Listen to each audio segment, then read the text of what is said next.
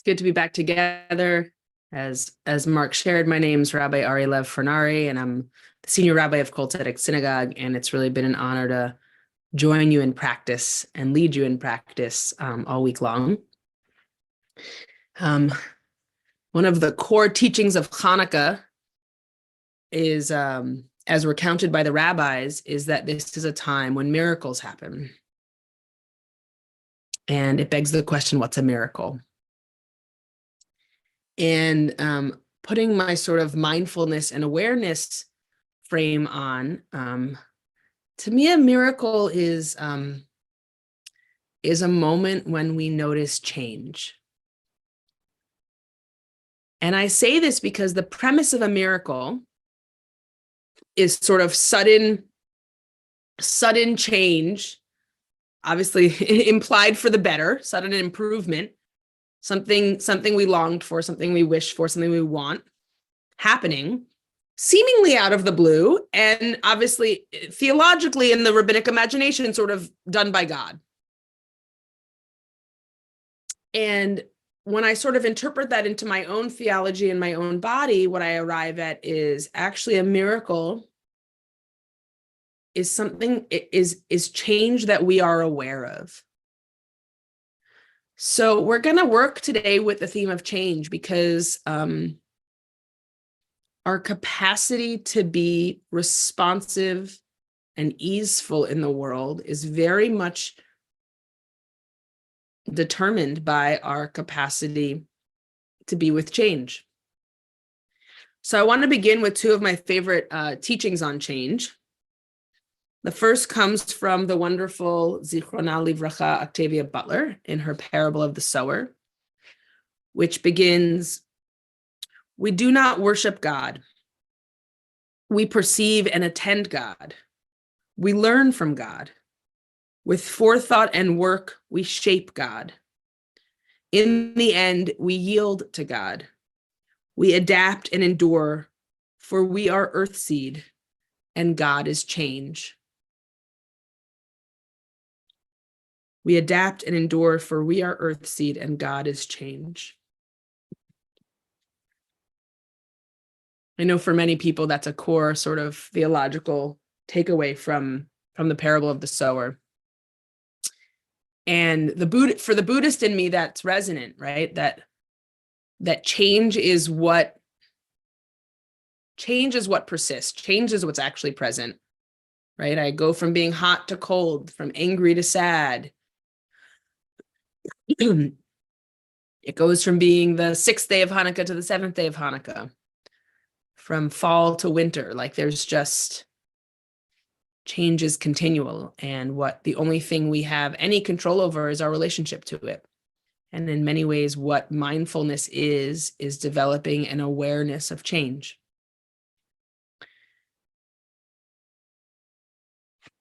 Second reading on change to begin us today. And change being, in many ways, a core theme of Hanukkah, right? We expected the oil to last for a day, and that changed. It kept lasting and lasting, and we became aware of that change, and we felt so good about it. It must be a miracle. It must come from God, right? That's where really good things in our lives, in rabbinic tradition, we attribute them to God. And for those of us for whom God is not external to ourselves, but sort of synthetic with all of our experience, we have the capacity to develop awareness and to notice miracles and to notice change and call them miracles. This is the writing of Yehuda Amichai.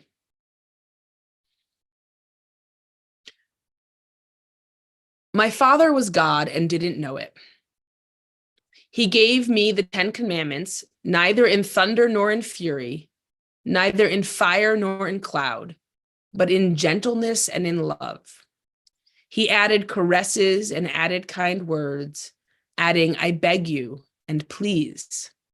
He sang 'keep and remember' in a single melody, and he pleaded and cried quietly between one commandment and the next.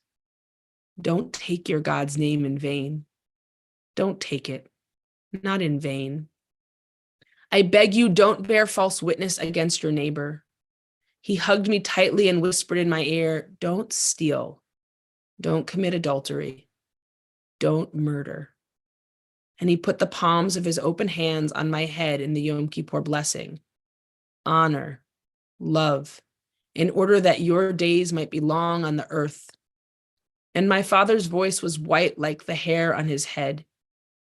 Later, he turned his face to me one last time, like on the day he died in my arms, and said, I want to add two to the 10 commandments. The 11th commandment, don't change. And the 12th commandment, you must surely change. So said my father, and then he turned from me and went off, disappearing into his strange distances.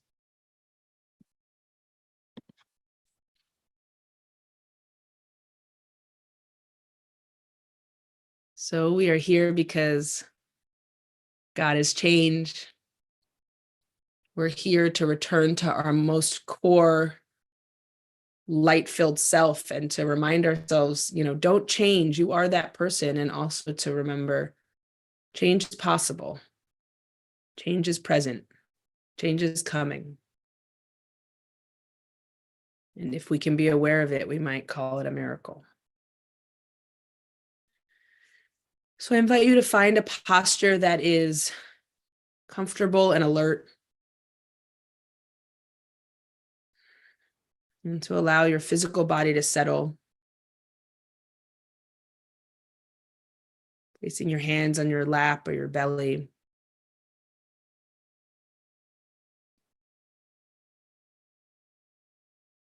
Noticing the sounds and the sensations of the room you are in. The absence and presence. Is it quiet when it's usually loud? Is it cold? When was it warm?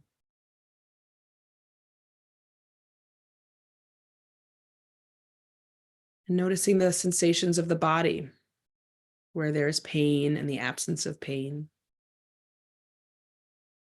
where there is connected touch, where the air flows.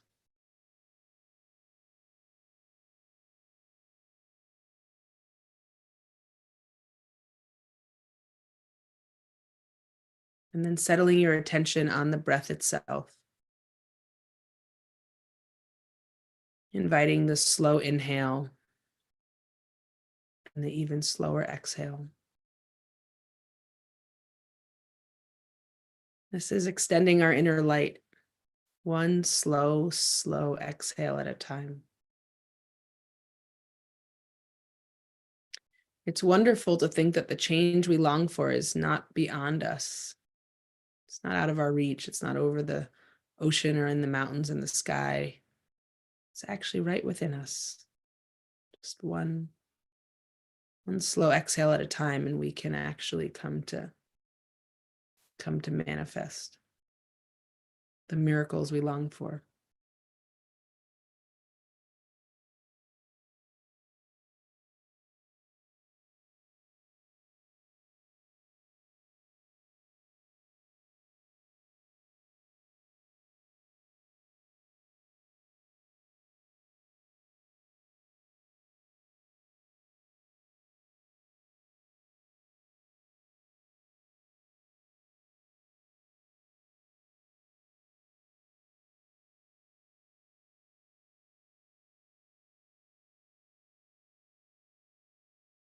It's amazing to notice how much change there is when we're sitting still and doing nothing. Changing states of the mind, the sounds in our environment, the body. Maybe the posture that once felt comfortable starts to feel painful. That's change. Something we can be aware of. Maybe you started out feeling uncomfortable and actually you noticed, it actually feels okay right in this moment. That's change too.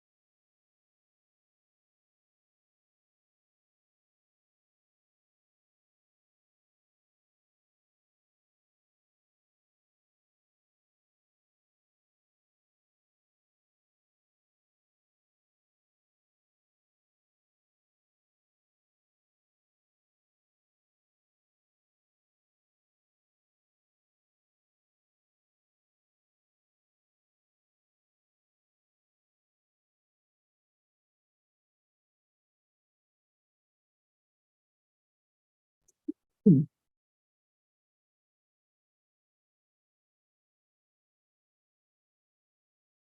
11th commandment, don't change. And the 12th commandment, you must surely change. So said my father, and then he turned from me and went off, disappearing into his strange distances.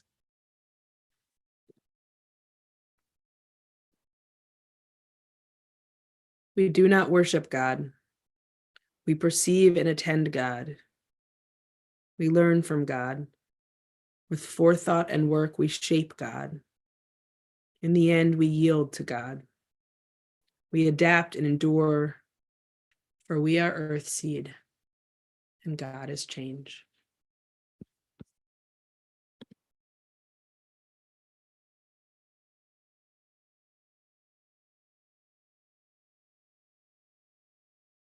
Thank you for your practice. I'll pass it over to Mark. Thank you so much, Rabbi Ari Lev Fornari.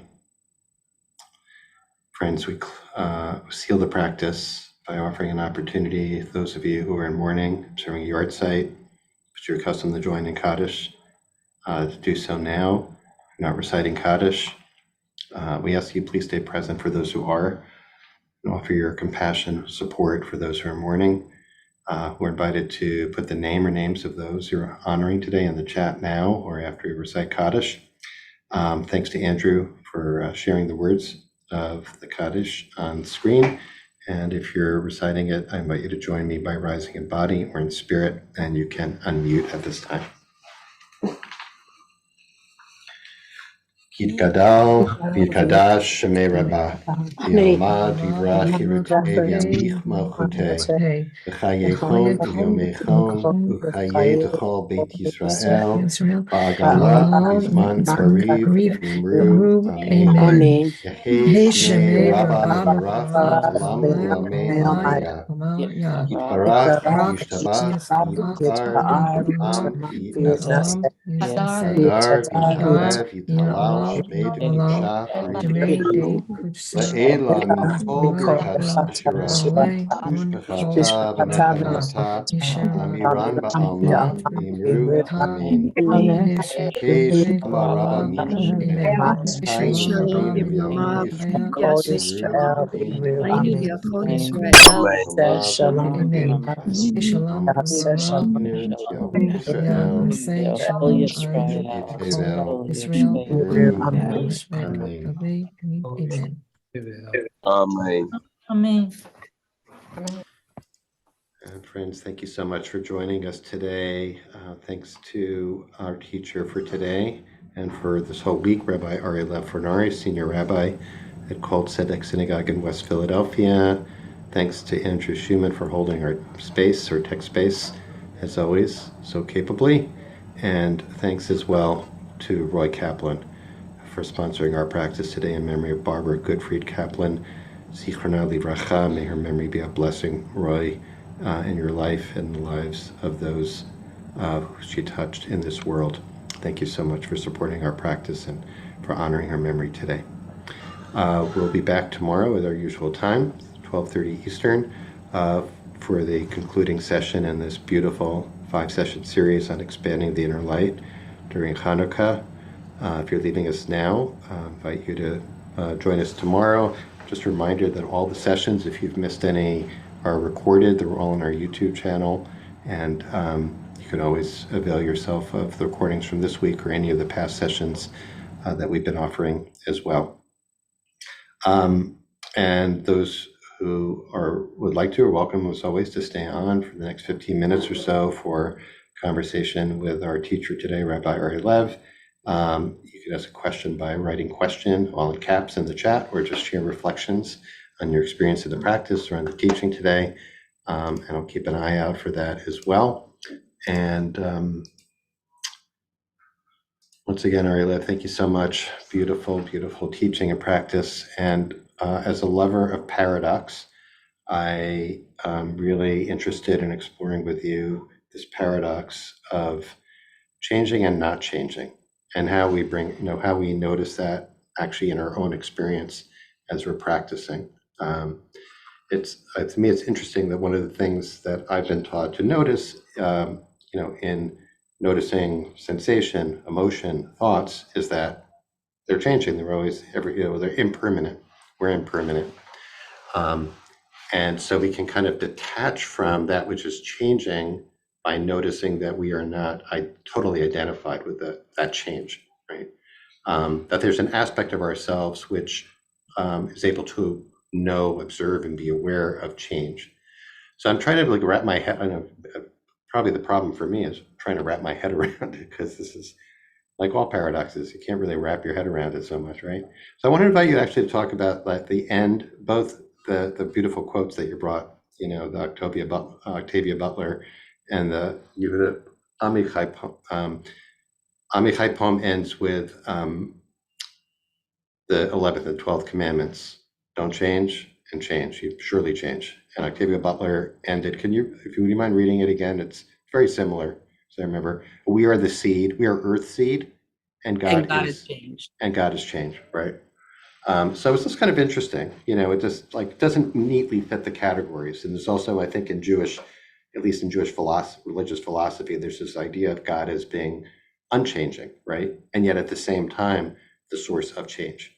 The dynamic, the unfolding of life, right? Of being itself, which is paradoxical, something which is unchanging and changing at the same time. So just throwing that out about how to understand that how do you understand those phrases from Octavia Butler and from Amichai? I mean, in Buddhist terms, this is the first noble truth. Like, things change. That's what's referred to as impermanence. And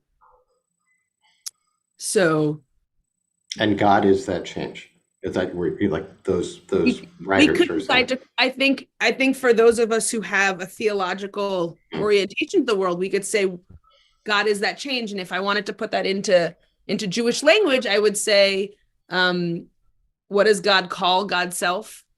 Ehiyeh asher ehiyeh, right? The burning bush. Mm-hmm. I will be what I will be. I am becoming what I am becoming. It's in the future tense. I will be what I will be.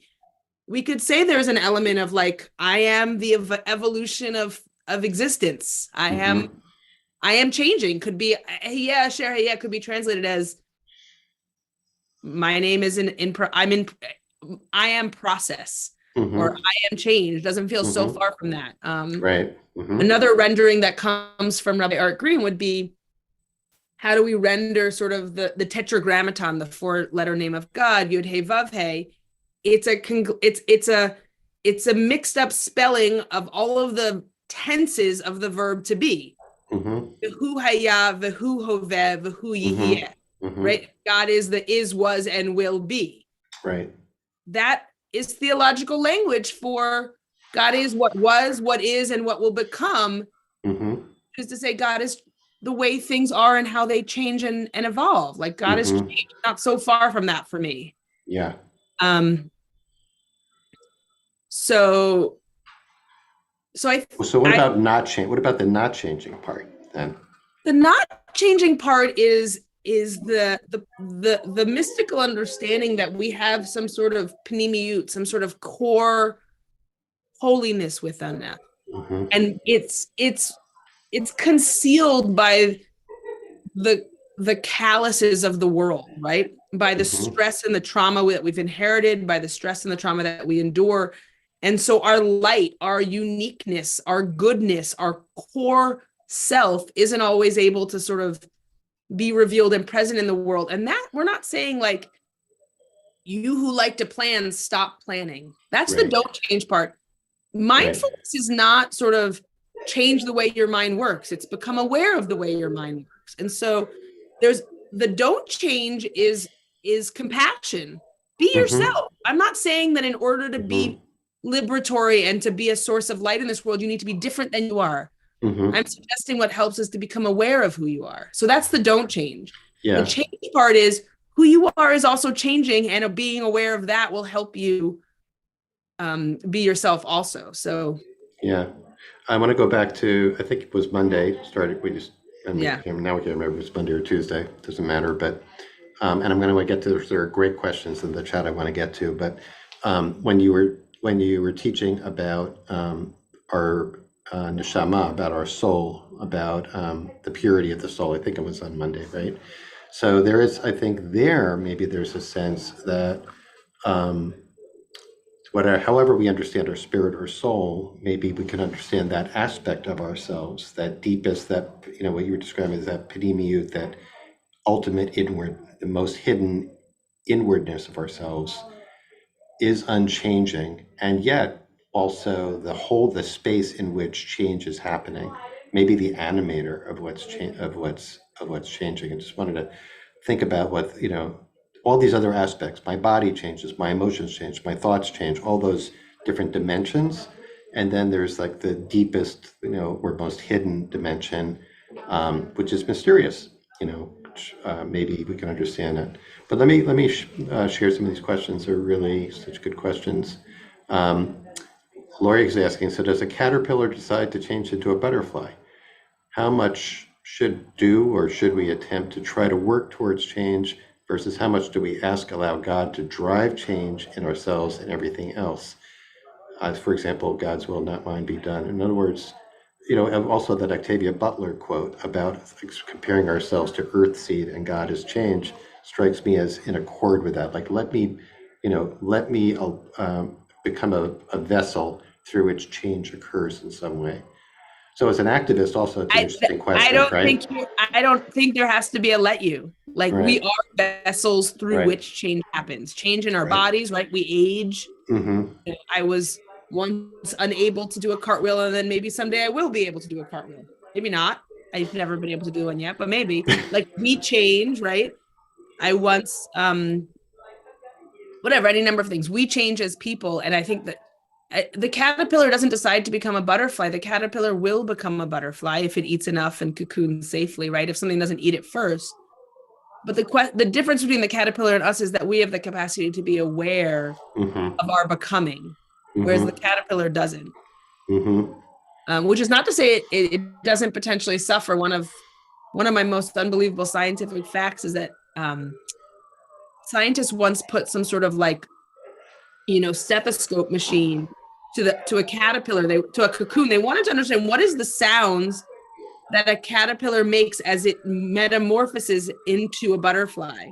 You're imagining sort of maybe like liquid ooze or something kind of swirly, like a little internal volcano or tornado. And what they discovered, this hangs on the wall of my office. What they discovered was the most horrendous shrieking, like someone was crying bloody murder inside this little, silent cocoon. And I always find great comfort in this, like the process of becoming. There's so much suffering, and the Buddha spoke to that. Like, the butterfly comes out so beautiful, but probably the caterpillar suffers to get there, and so we're in good. Who knew that? Who knew you had a caterpillar quote on your wall? I know, that's literally on the wall of my office. I love that. That's great. It reminds me a little bit about the midrash of the angel above each blade of grass, right above it, whispering, "Grow, grow, grow." Yep. Like that. All right, Laura's question kind of builds on that. If our relationship to change is the only thing we have control over in our lives, what role do you think faith? This is a good question. What role do you think faith has in the equation? Like, this just goes a little bit deeper into that question of our volition, right? Our will, our control. What is the relationship? Is faith? I think you would say, and I would too, faith is not passive, right? It's an act. It's an action. It's a choice. It's an act of volition in some way. So, how would you answer that question? What role do you think faith has in this process of growth? Well, first of all, I used the word control, but I did so sort of hesitantly. Because in many ways, I think we have control over nothing. But what I mean by that is we have the capacity to cultivate awareness. That's what I'm calling it, cultivation of awareness. We have the capacity to be aware of it, and the process of becoming aware is a discipline. It's a spiritual practice. It's not something that just happens, but it is actually possible for every person. There's agency there. That's where I see control, as agency. So we have agency, and to me, faith is a lot like awareness. I'm not sure if I even would differentiate them. Mm-hmm. Faith, I think, is theological language for awareness, which is more secular language. Mm-hmm. The ability to sort of have a sense of inner confidence and courage and acknowledgement of what's happening. I would call that faith. Mm-hmm. I think faith and awareness play similar roles to me. I think awareness allows me to have faith, and I think faith allows me to seek awareness. Mm.